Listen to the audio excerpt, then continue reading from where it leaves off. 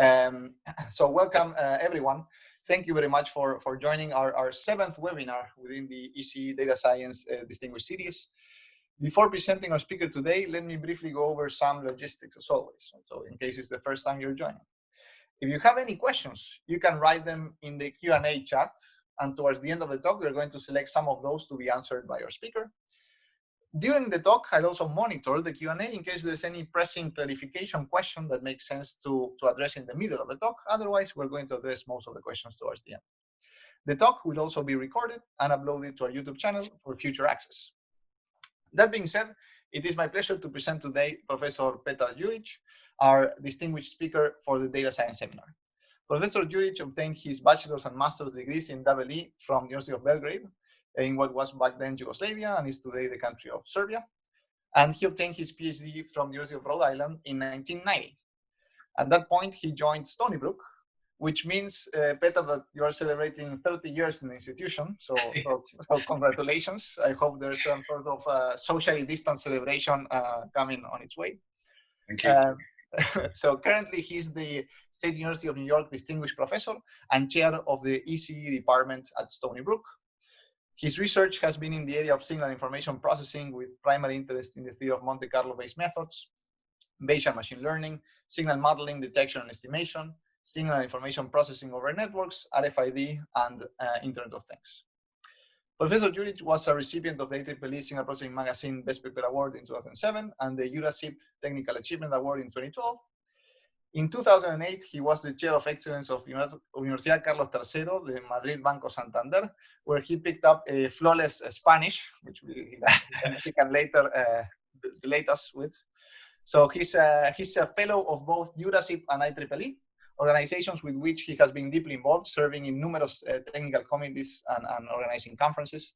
Very relevant to my area of research, Petar was the founding editor-in-chief of the IEEE Transactions on Signal Information Processing over Networks, on which I actually have an article on the first issue. So I was an early adopter of Petar's journal.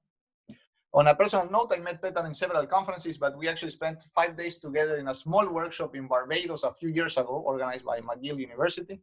And that was a great opportunity to interact at a more personal level, where I learned, among other things, that Petar is an avid swimmer, which he actually mentioned a few seconds ago, tennis player, and unsurprisingly, a strong supporter of Djokovic. I actually learned about particle filtering by hearing to his talks at several conferences, so I'm very much looking forward to today as well. So Petar, thank you very much for joining us. We're very happy to have you here, and the floor is all yours. Thank you, Santi. Good afternoon to everyone. Thank you for coming to this talk. I hope that I will meet your expectations of the talk. Just a quick note, Santi pronounces my name perfectly, last name, and first name too. But last name, he mentioned Djokovic. Now I use actually Djokovic to teach people how to pronounce my name, and this works with people who know tennis. And then I just tell them that the first 2 letters of this player are the same as the first 2 letters of my last name, and the last 2 are also the same. So if you know how to pronounce Djokovic, you should know how to pronounce my last name. And it stays, and some of them really appreciate the analogy. All right, so let me start without further ado. I have, I guess, about 50 minutes to an hour. Something? Yeah, let's say, yeah, so 50 minutes, and then we can leave 5 minutes for questions. Let's see how it goes. So I will start sharing the screen. So the title of the talk is Bayesian Inference with Non-Parametric Methods, and what the talk will be about is, of course, non-parametric methods in the Bayesian framework, and also some applications that I have been involved with. So let's see how this goes. Oops, it's kind of slow. Just one moment. So this is the outline of the talk. I will start first with some overview of what Bayesian non-parametric methods are, and you can see the rest are some of the methods that I will address. They will be Gaussian and deep Gaussian processes, then Dirichlet process mixture models, Yule Simon processes, and particle filtering. And then I will talk briefly about some applications. One of them is electronic fetal monitoring, then exploring the latent structure of consciousness, then some other research efforts, and I will finally make some remarks about what I do. All right, so I will start first with parametric models and just simply remind everyone what we mean by parametric models. So when we have a parametric model, do you see my cursor? Yes. When I move it, okay. So you can think of it as a model, and the model is represented here by a probability density function of data y, given some set of parameters theta, where theta are in some parameter space, capital theta.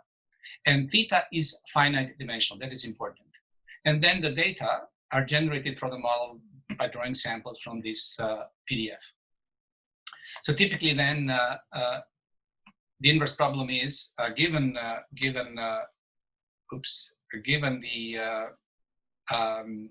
model, to determine the posterior density function of the parameters theta. So in this case, P of theta, given all the data y, according to Bayes' theorem, is proportional to the likelihood, which is this factor here, times the prior of the parameters theta.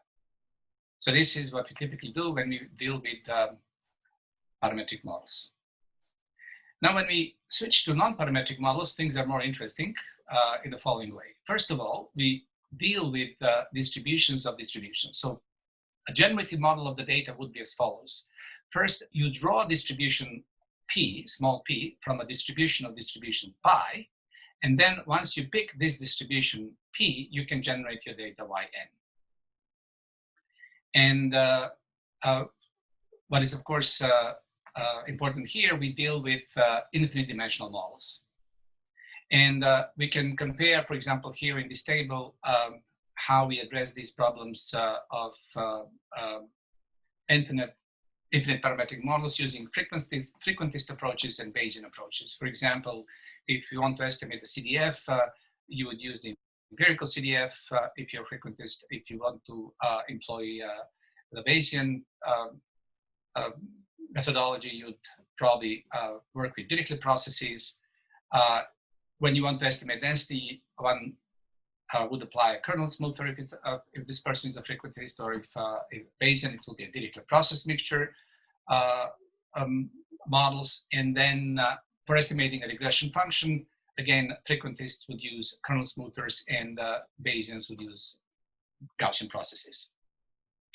So let us now start with Gaussian processes and then deep Gaussian processes.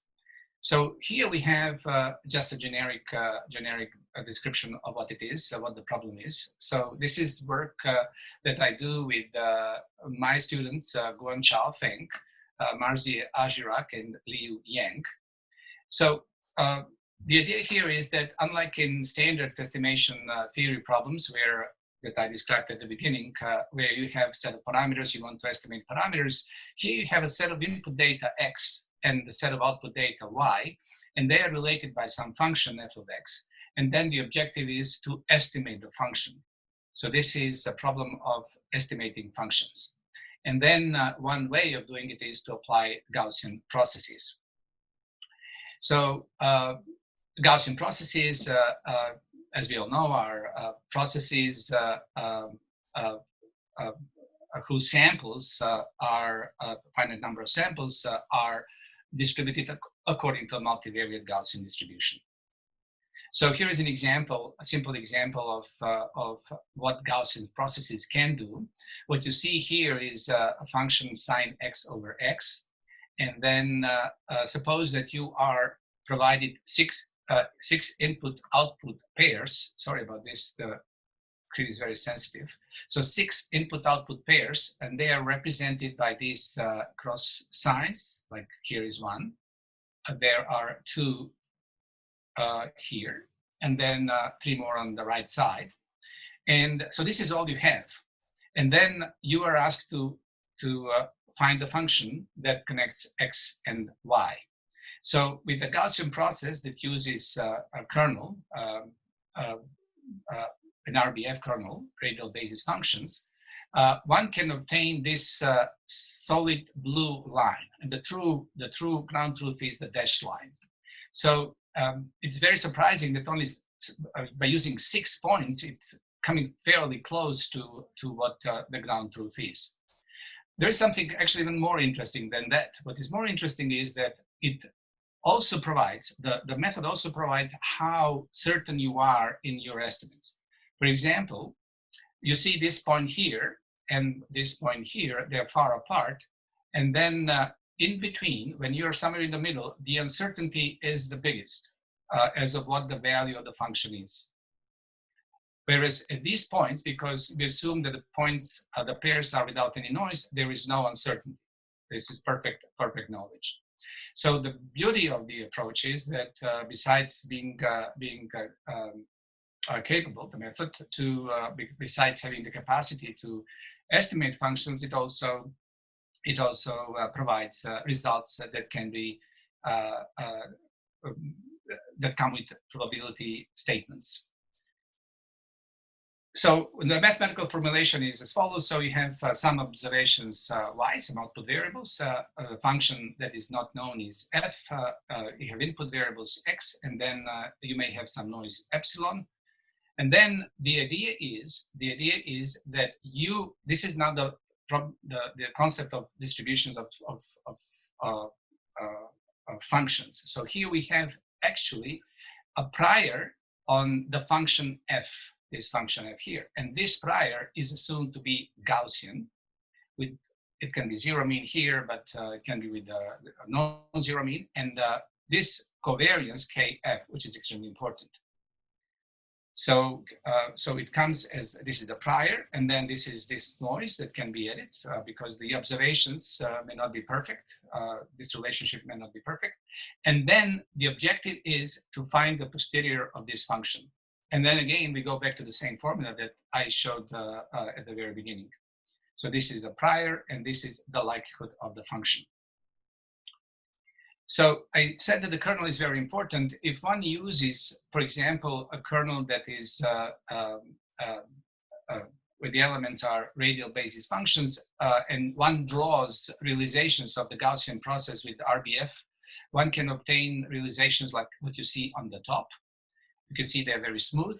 On the other hand, if one wants to use a different kernel, like this is another kernel that is commonly used, you can see how more, let's say, random it is as opposed to the top plot. Now, obviously, you can ask the question, which kernel should one use? This is something that one might argue is an art. It depends on the problem that is where these processes are applied. Also, there's a possibility that you can mix these kernels, and then you have a kernel function that is a mixture of all possible types of kernels.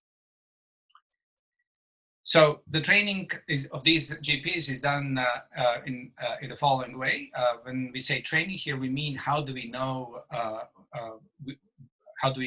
the parameters of the Gaussian process, because the Gaussian process actually has parameters, and these parameters are theta, and one has to find these parameters. And the way of doing it is to simply write the marginal likelihood, which has this form, and then optimize all the parameters using this likelihood. This is standard today, and for those who are interested, of course, one can go and use the book by Rasmussen that was published in 2006 on this. So my ongoing work in this area is the following. So suppose that you have now a state space model like this. X of t is a state, which is described by the following dynamical model, where the state at time instant t is a function of the state at time instant t minus 1 plus some perturbation. And then what we observe is y of t, which is a function of the state, and then we want to estimate x of t. Now, what is not known is this function g, and what is not known is x of t. So not only that we want to find the state, to estimate the state, we also want to do it in conjunction with estimating the function g. So what we do is we assume the following. First of all, we assume that the Gaussian process changes also with time. So it is not fixed. And the way how we implement this is by allowing for the parameters of the kernel to change with time according to this random walk model, and also to use a set of inducing points, ZT, that also change with time. So I should mention that all of you who are interested of any of this, for any details about this work, I can either provide you papers that describe all that I'm discussing now, or maybe discuss it further offline or via email. So then, of course, when we generate data according to this model, and then when we compare the results when the Gaussian process is fixed over time, of course, this model or this estimation of the states and will not be as good as when you allow for changes with time. Now, we all know that one of the main buzzwords in the last maybe now decade has been deep learning. And what you see here is just a generic deep network with a bunch of layers and nodes and connections, and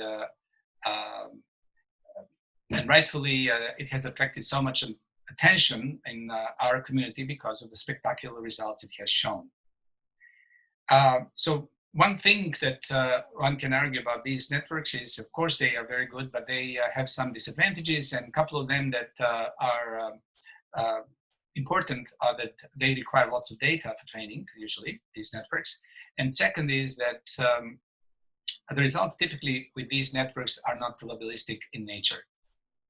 So naturally, people who work on Gaussian processes have thought of replicating what people have done with shallow networks. So one would start stacking up Gaussian processes. So suppose you have observed variable y, and suppose that, like in the beginning, we had input x1. Then this would be a Gaussian process that would relate the input to this output. But now, instead of having only one Gaussian process, we can have many Gaussian processes that are stacked like this. So if this is the input, which can be observed or not observed, if it is not observed, we'll be having unsupervised learning. If it is observed, then the first Gaussian process will convert the input to some hidden variables, x, h minus 1. Then this will be an input to another Gaussian process, and so on. So with this stacking of Gaussian processes, we obtain the ability to basically model data, input and output data, with very nonlinear functions. So the advantages then of deep Gaussian processes are as follows. First of all, they, of course, are very intriguing because they offer alternative to deep neural networks. I should say also one thing. If you use one Gaussian process with RBF kernels, then this Gaussian process is equivalent to a layer in a neural network with infinite number of nodes. So they are very intriguing. Then they are not data hungry, and the results are interpretable, and the results are in the form of probability distributions and obtained within the framework of Bayesian theory. So I'm switching now. Okay, before I actually switch, I should say that an ongoing work, and I'll also show some results later of deep Gaussian processes, but the ongoing work is now to use also time-varying deep Gaussian processes. This, I don't think, has been addressed in the wide literature. The next non-parametric methodology is based on Dirichlet process mixture models. And so here is a generative model of the Dirichlet process mixture models. This work is done with my former student Casey Yu and Petar Djuric. So for those of you who are not familiar, this is what happens. So let us assume that you would like to draw a sample theta n here from some distribution P with parameters phi n. So if you're given the parameters phi n, you just draw, and this is your sample theta n. But the parameters phi n of that distribution are drawn from another distribution, G. So before you draw theta n, you have to draw phi n from G. And G comes from a Dirichlet process. And here is how it works. So you can see in this expression here, you may have in the previous n-1 samples, so this is the nth sample here, in the previous n-1 samples, you have drawn parameters phi. But in the nth, for the nth observation, you may decide to draw from a new phi. And that phi is drawn from this distribution G0. So this parameter alpha that is here as part of the Dirichlet process is actually controlling how often you are going to draw a new parameter phi for theta n, for this probability p.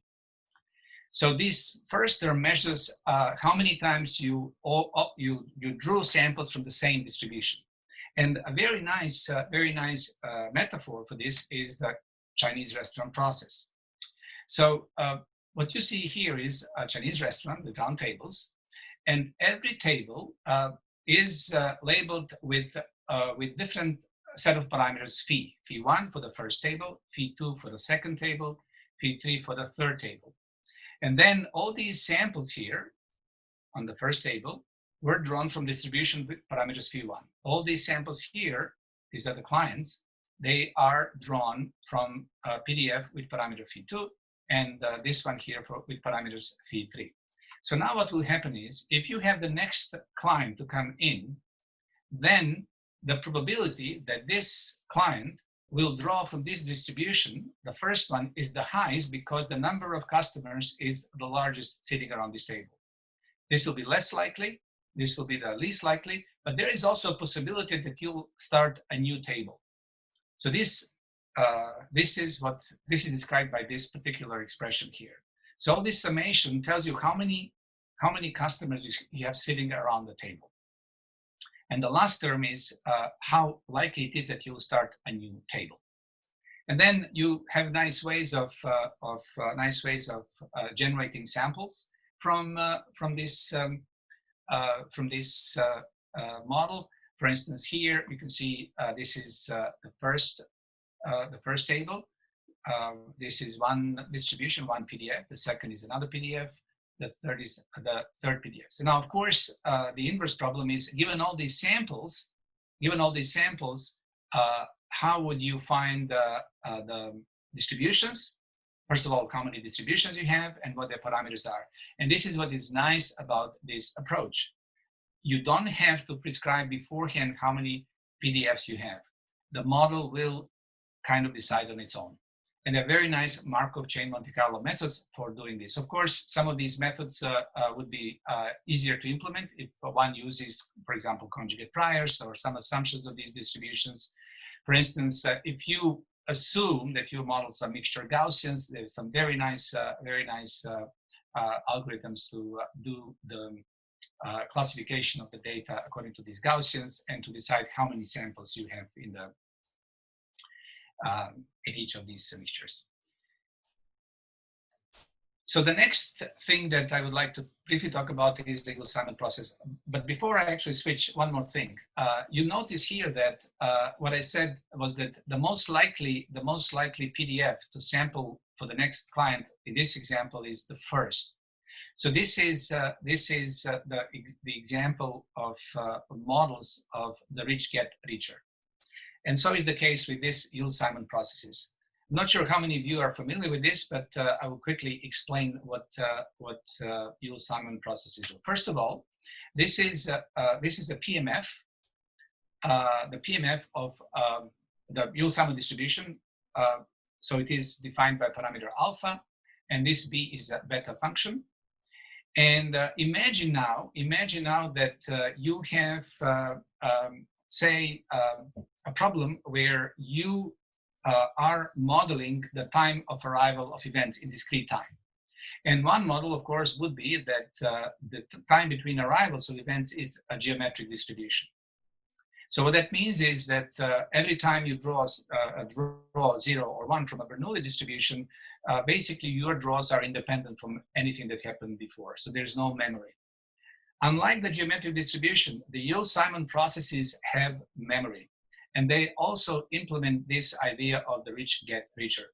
The way how it works is, the longer you have been waiting for the new arrival, the more likely you'll continue to be waiting for the new arrival. And this is controlled again by this parameter alpha. So this is the generative model of this Yule Simon process. First, you have, this is a generative model, first of all, of say sorry about this. This has to wait. So, so what we have is what we want to model here is a Gaussian process that is white, and the process is composed of segments where each segment has its own variance, and the length of the segments are modeled by the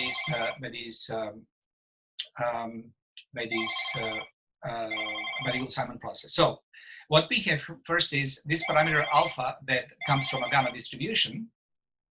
And this alpha is used here. I'll explain how it is used. And then we have a precision parameter lambda j, which is actually the variance of the observations. So this is going to be a zero mean Gaussian process. And P of t is now the probability at time t that you will switch to a new variance of the, or new precision. And you can see now how this is controlled by this parameter alpha, and also how long you have been in the segment. Nj actually shows how many samples you have already with the latest variance. So again, you generate alpha ones, of course, but then every time you need the new variance or new precision, you use the gamma distribution. And now st given pt, st is the Bernoulli random variable, so st takes values 0 and 1, and you draw a value of 1 with probability pt. And then this st is added to this zt index. So zt is basically an index of the segment. So then when ct is equal to 1, you basically are saying, I'm now going to have a new segment, and the precision of, or the variance of this segment is going to be lambda inverse zt. So this is how it works. So here is an example of a Yule Simon process, of the process that I just explained. The blue curve shows the samples, and you can see there are some changes. Again, what this process does is, what this model does is, it has these lengths of the segments to be heavy tail distributions. And with the red curve, we have estimated the precision of the process. So remember, we don't know how many segments we have. We don't know the precisions of the segments, and the objective is to use the model to estimate all this. And the way how this was done here is by using, again, a Markov chain Monte Carlo sampling method, in particular Gibbs sampling. So I said we don't know how many samples, how many segments we have. So here is what happens with the Gibbs sampler. So it starts with some number of segments, like around above 300, and it fluctuates with time. The true number of segments was about 150, and you can see that after 1,000 iterations, it stabilized on around 150 segments. I will show you later what we actually do with these Yule Simon processes in one of the applications. The next thing that I wanted to mention here regarding Yule Simon processes is our interest in working on interacting Yule Simon processes. Suppose that we observe two Yule Simon processes, X and Y. Under model M0, they're independent. So you observe, say, a sequence of zeros and ones, like in spike data, you have zeros and ones. But under model M1, if a reset occurs in X, a reset simultaneously occurs in Y. So in other words, we are saying that X is affecting Y, or X is causing changes in Y. And the problem is to determine from the observed processes which model is correct. So we have solved this problem for two processes. Now, of course, we would like to scale it up because now we may have a network of nodes, and the objective is to find how the nodes affect each other. Of course, here in this particular case, we have more complicated settings like that they both actually affect each other. So the direction of causation goes in both directions. And so we have 4 models. M2 would be a model where Y is causing changes in X, and then model 3 would be when both affect each other. Particle filtering. So this is an area where I have worked the most in my career in terms of time. So the idea there is to study models of the form that you see here on the right. So you have a state space model where you have a state xt that is not observed. G is some nonlinear function now is known. And then yt is a observation, which is a function of the state xt. And h is also known. What is not known is x. The PDFs of ut and vt, they can go any form. They don't have to be Gaussian. In fact, we can even assume that ut and vt are also correlated. For example, this could be of interest in some problems related to financial engineering. So how it works is as follows. First of all, let me to remind myself, this is a work that I have done with Joaquin Miguez. Santi mentioned Carlos Tefero in my introduction, so Joaquin is at Carlos Tefero. Victor Elvira, who is now at University of Edinburgh, and Monica Bugaggio, who is a colleague here in the department. So here is how it works. So suppose that you have some posterior PDF. This posterior PDF could be the filtering density that we call. This is the density of xt. And what we do is with particle filtering, we draw guesses randomly in the space of xt. And suppose that these yellow circles represent these guesses. They're called particles. And then these particles are evaluated based on the likelihood that comes from this equation. And now what you have is with these circles of different radii, you have different weights assigned to these particles. So this particle here, the one that is with the largest radius, is receiving the highest weight. And it is receiving the highest weight because there is a large probability mass around it. And particles like here, this one is with a small radius because it is maybe in part of the state space with low interest. So particle filtering is composed of 3 steps. The first step is the generation of the particles. The second step is the computation of the weights. And the third step, very important, is resampling. So with resampling, what we do is we get rid of particles that are of low interest, like this one, and multiply particles that are of high interest.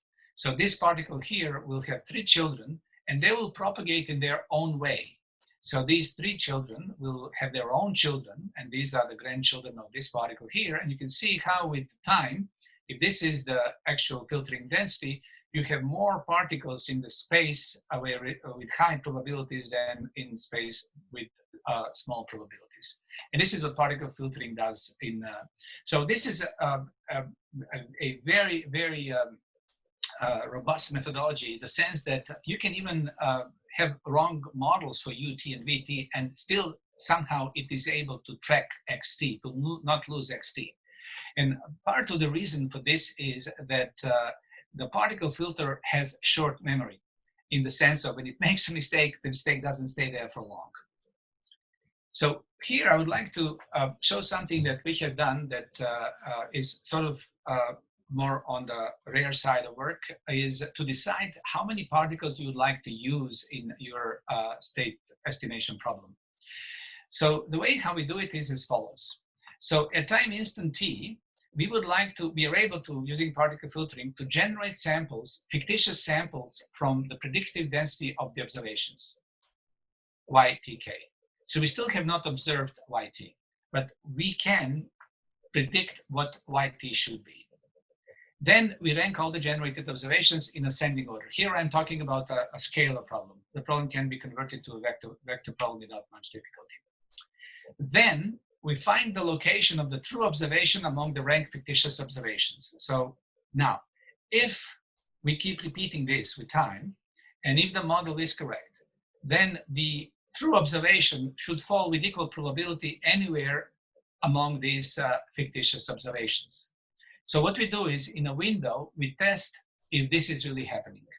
And based on the test result, we increase or decrease the number of particles as needed. All right, now it's time to switch to some applications. So one area where I am very interested is electronic fetal monitoring. I was not aware of this until I met a colleague from the School of Medicine here at Stony Brook, who is obstetrician. And in this conversation, he showed me the following. This is a plot of two signals. On the top, you see the signal of a fetus. So this is fetal heart rate as measured in time.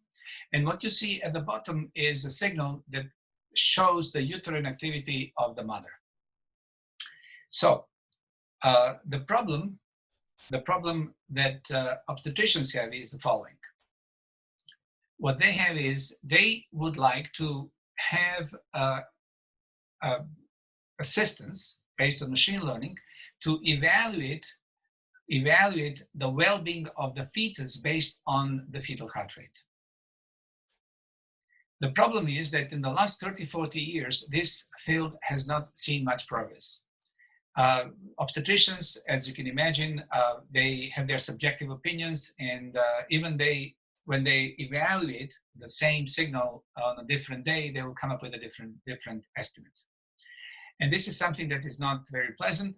And as a result, this is not the only reason, the number of C-sections that are carried out in the country has grown from 3% roughly in the 70s to 36-40% in the last few years. So many of these C-sections are not necessary, and part of the reason we want to study this is to assist, again, obstetricians when to make these decisions for C-sections. But that is not the only reason. Another reason is that it is believed, and there is good evidence for this, that when the fetus is lacking oxygen, then this reflects on the patterns of the FHR signal, and this means that something has to be done. Then this means that the obstetrician has to maybe resort to C-section. So again, we have a very nice and very challenging machine learning problem where we have to classify these signals into classes like everything is perfectly normal, to something like things are really looking bad, something has to be done, and everything in between. Of course, as in many problems in medicine, the main challenge is that we do not have the ground truth. So this is where we are. We have a challenging problem, and I'll show you now what we have done with this so far. So first, when we do analysis of these signals, we know that very often, because of the way how the signals are collected, many signals will be missing. So the Gaussian processes can be used for interpolation of these signals. What the doctors usually do, they use visual interpolation. They draw a line between the last observed point and the next observed point, and everything in between would be a gap.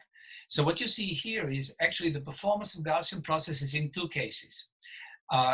The bottom plot shows when the interpolation, so the interpolation is done for the fetal heart rate samples. It shows how much, how sure you are about the values of the missing value with the bandwidth. Whereas here on the top, when you also use the presence of a signal, of a UA signal.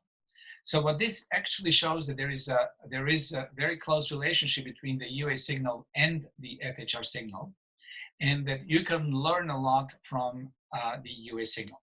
So the Gaussian process in this case actually is performing much better if it has access to the UA signal. In this example here, I show again the same thing, but with the mean square error. When we compare the results of interpolation, when we use GP methods GP-based methods with uterine activity and GP-based methods without uterine activity, you see that how small this is. And this is what happens when you just use cubic spline interpolation, much bigger. And then this is another interesting thing that we have worked on. As you know, one of the most challenging problems in our field is detecting causalities. And I will just explain in as simple terms as possible these graphs. So we have a method that is based on Gaussian processes, where the method is based on the following. So we observe, so first of all, the interest here is, does the FHR signal cause changes to the UA signal, or it is the other way around, if the UA signal is causing changes to the FHR signal? So the first step in this process is we would like to have a manifold representation of this series. What that means is we'd like to work with lower dimensional spaces. So if you observe a segment of, say, some duration, then we would represent this segment in the manifold, and then each of these signals have their own manifolds. And then what we do is we are comparing the data, the neighbors of the first manifold and the second manifold, and based on these relationships, we make a conclusion if the first signal causes changes in the second, the other way around, or they both, or they're coupled, they cause each other. And now, what you see here, I would like that you only pay attention to the yellow curve. So the yellow curve is showing, this is something that on the x-axis shows what happens with the index that measures the causality with time. If there is a causality, this curve should be converging to 1, as it is converging here. So this left graph shows that this parameter rho that measures the causality shows the causality in the direction of FHR to UA signal. And you can see that there is no convergence. So the FHR is not causing the changes in the UA signal, whereas in the opposite direction, it does. So this is an interesting process. It is not based on, it is not Granger based, what is commonly used. It is a methodology that is based on convergent cross mapping. And again, I'll be very happy to send you papers where we explain it in more detail. And at this time, we are challenged by the problem how to expand this method to studies of more than 2 signals at a time. And this example shows how deep Gaussian processes work on non-supervised clustering. When you have, so this is again using data from FHR data. So here we have 2 classes of FHR signals.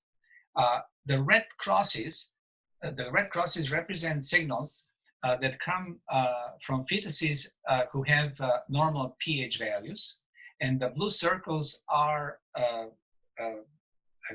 corresponding to FHR signals with to fetuses with low pH values.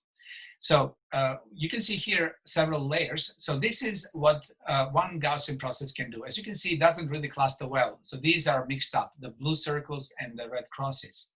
Now we add one more layer. They're still not well separated. And then, of course, as you can imagine, these gray areas show how certain or uncertain we are about this. On each axis, we have actually features. So there are 2 features that I used for clustering. And then you can see in the after 5 layers, we have nice separation of those fetuses that are with low pH values as opposed to those with high pH values. This is one other example where we show how deep GPs can do classification of fetal heart rate. So again, here the labels are fetuses with normal pH values and with abnormally low pH values. And the geometric mean of the specificity and sensitivity for SVM when applied to FHR is this value, whereas with deep GP is slightly higher. And what we notice also, again, when we use a combination of FHR and UA, we get better performance for both methods, for SVM and deep GP. So another area where I am increasingly involved is exploring the latent structure of consciousness. So this work is done with Seema Mofakam, who is in the School of Medicine. She's a neuroscientist. Chuck Mikkel, who is a neurosurgeon. Yule Simon is from the University of Wisconsin, neuroscientist. Then students Dun Xiaofeng, Ma Jiazhirek, and Lin Qinggan.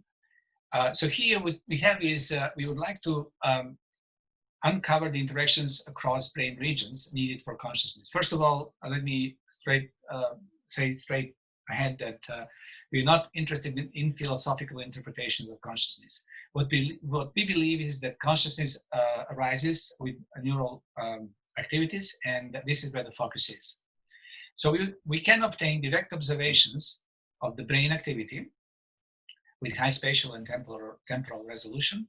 And then what we also have is Chuck Mikkel is a specialist in coma. He operates on patients very, very frequently, unfortunately. And then, of course, I'll tell you what his main concerns are. Then we extract lower dimensional manifolds again, like in the example that I provided about the relationship between the fetal heart rate and the uterine activity signals. And then we would like to identify causal interactions. And then we want to model the brain activity from regions which are not observed. So here is one slide that shows in order what is being done. So Chuck Mikkel can implant these electrodes and can measure signals. So you can see here a signal of a person who is in coma and the person who is awake. Clearly, this is a much simpler signal than this signal. One can then draw a phase diagram of the person who is in coma and the person who is awake. This is much more complicated. And then these are nodes where signals can be correlated. And then, of course, one is interested in what are the interactions between the nodes. So again, what the running hypothesis is that the consciousness arises in the thalamus area. And if the circuitry is broken between the thalamus and the cortex, then the person who is in coma will not be able to recover. Now, what also neurosurgeons are interested in is how to stimulate these patients and how to recover them much more rapidly than if they are on their own. So to that end, what they do is they apply electrical signals. And the problem is often that they are doing it without really too much guidance.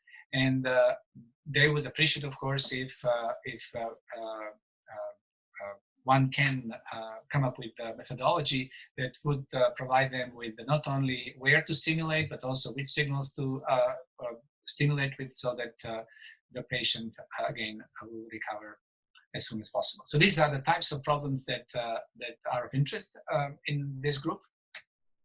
Here is an example where we use the Yule Simon process to analyze the signals. So what you see on the top is basically a signal from a person who is in coma, and then at the bottom is the same, not the same, is a signal, but for a person who is awake. And you can see when you use Yule Simon processes, you can use the Yule Simon process to measure how much awake a person is.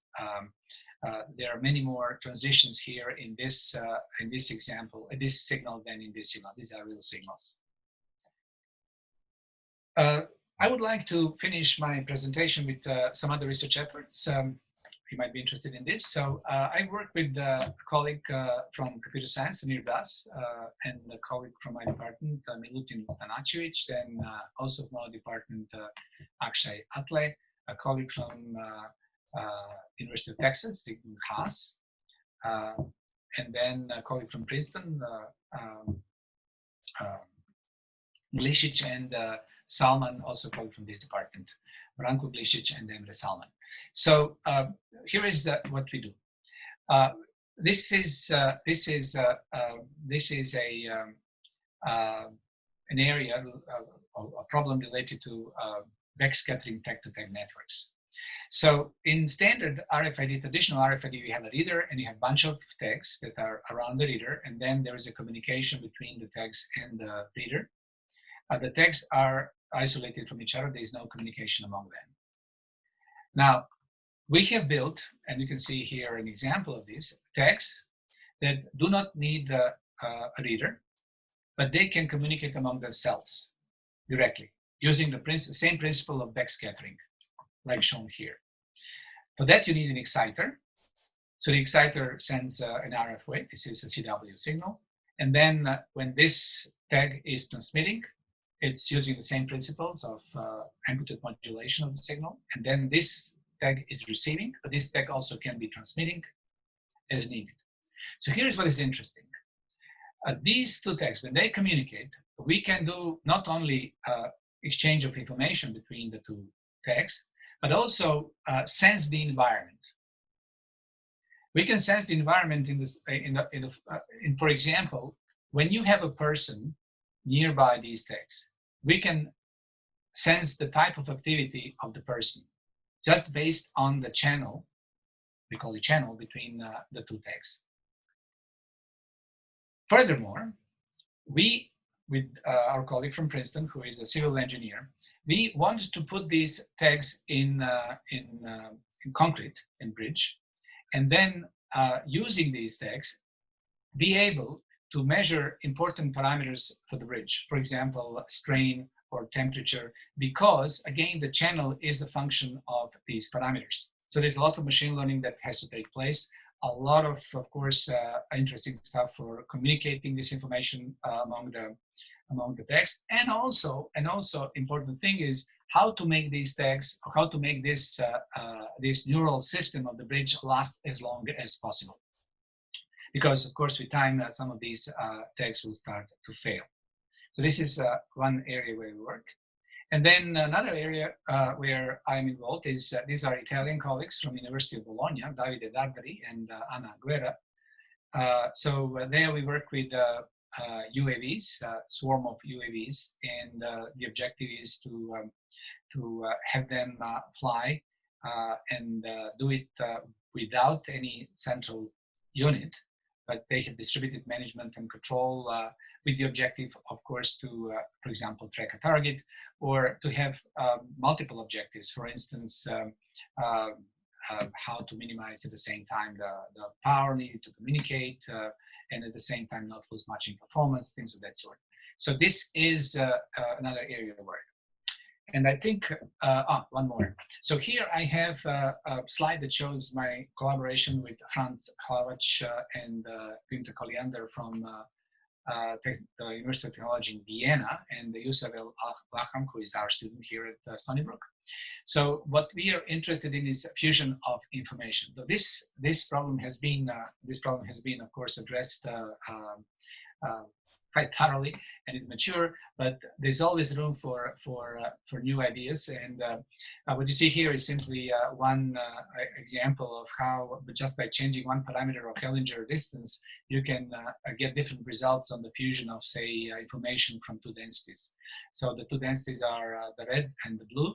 They're the same on each of these plots, but if you use different alphas, you get different results. All right, so final remarks. I spoke about Bayesian non-parametric methods. They do have high capacity for extracting information. The more data you have, you can grow the model. There are many open problems, especially for younger people who are listening to this talk. There's so much to do. And equally importantly, there's so many applications in so many different areas, starting from medicine to artificial intelligence. One, for example, a good area these days is cyber manufacturing. All right, so I'll stop here. I thank you for your attention. If you have any questions, I'll be happy to answer them. So, Santi, should I stop sharing now, or how will it? No, just leave it there, just in case we might use those to answer the questions. So thank you again, Petar, for the talk and for joining us. For sure, let's open the floor for questions. So here we have 2 already. So I remind everyone, so you can write in the Q&A chat whatever questions you have, and we'll answer them here live. So the first question has to do with, I think this question was actually posted when you were talking about deep Gaussian processes. So so you mentioned them being interpretable as one of the characteristics. So one of the questions is, where does this interpretability actually come from? Or if you can explain a bit more that claim, yeah. I don't have here a slide that shows, for example, a graphical model where this would be perhaps more relevant. So one thing that one can do with Gaussian processes. So let's use this. I didn't write the equations, but when one uses this model, the Gaussian process, then when you have a new input, x, then it will provide you with a whole distribution about the output. It will not just provide you with a number. So this is one important difference. And then when you have a whole distribution, then you will be able to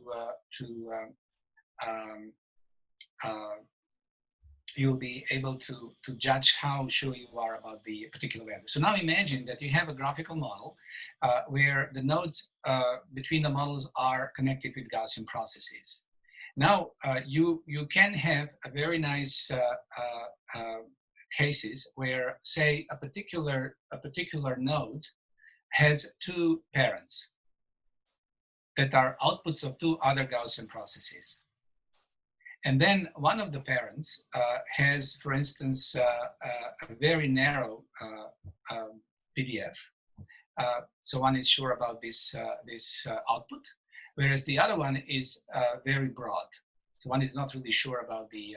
So right there, when these are inputs to the next node, then one can, by simply using these outputs, one can generate then the output of this child node.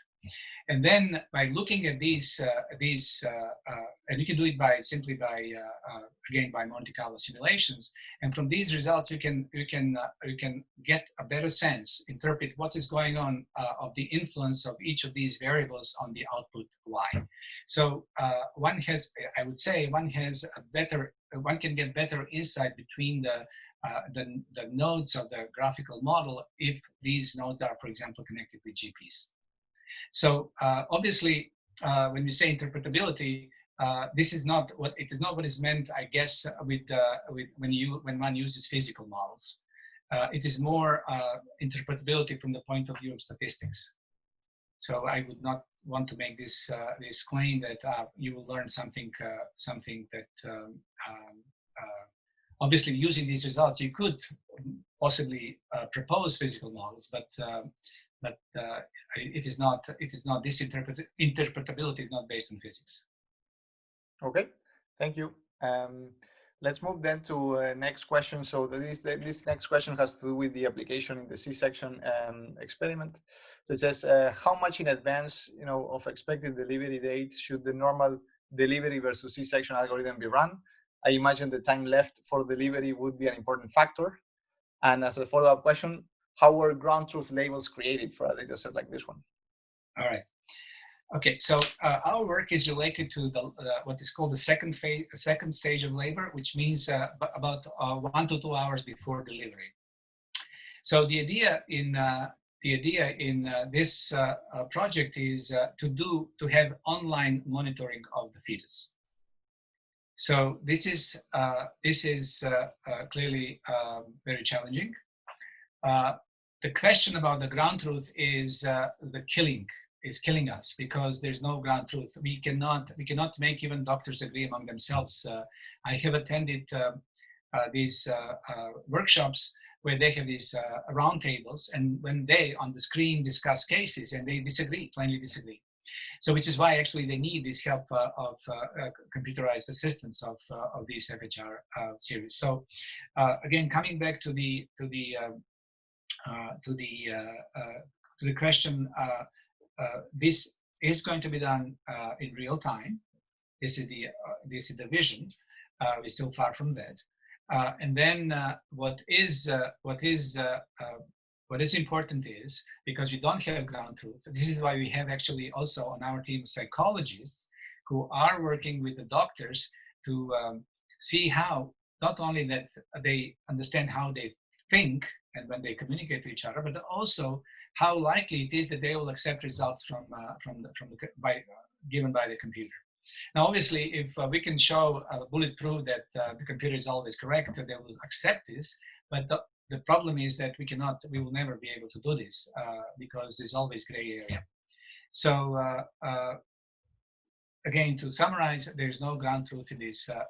The only way to get the ground truth is to have the obstetrician invasively measure what we are trying to estimate, and they will not do it. Mm-hmm. Perfect, thanks. So here Meng asks, in your motivating applications or your applications, I guess in general, so how important is uncertainty quantification versus, just fitting predictive performance, right? So just getting the right number as opposed with uncertainty quantification. How do you think about these trade-offs in general in your applications?